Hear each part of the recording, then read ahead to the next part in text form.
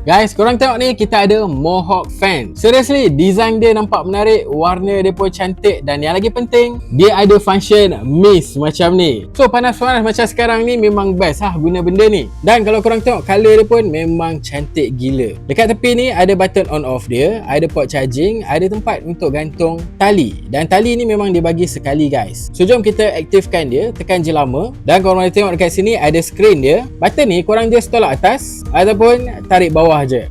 So dia akan naikkan dan turunkan kelajuan kipas kita. Dan dekat sini guys, untuk korang aktifkan fungsi mist. Tu dia guys. Dan yang lagi bagus, untuk device ni korang tengok dia ada tunjuk dah berapa jam lagi kipas ni boleh guna. Okay, kalau kita naikkan dia punya kelajuan dia, maka dia tinggal 2 jam je. Kalau kita turunkan kelajuan dia, maka boleh pakai sampai 4 jam. So dia boleh masuk air dekat atas ni. Okay, so now kita test kelajuan angin dia Okay, so kita mula dengan 20.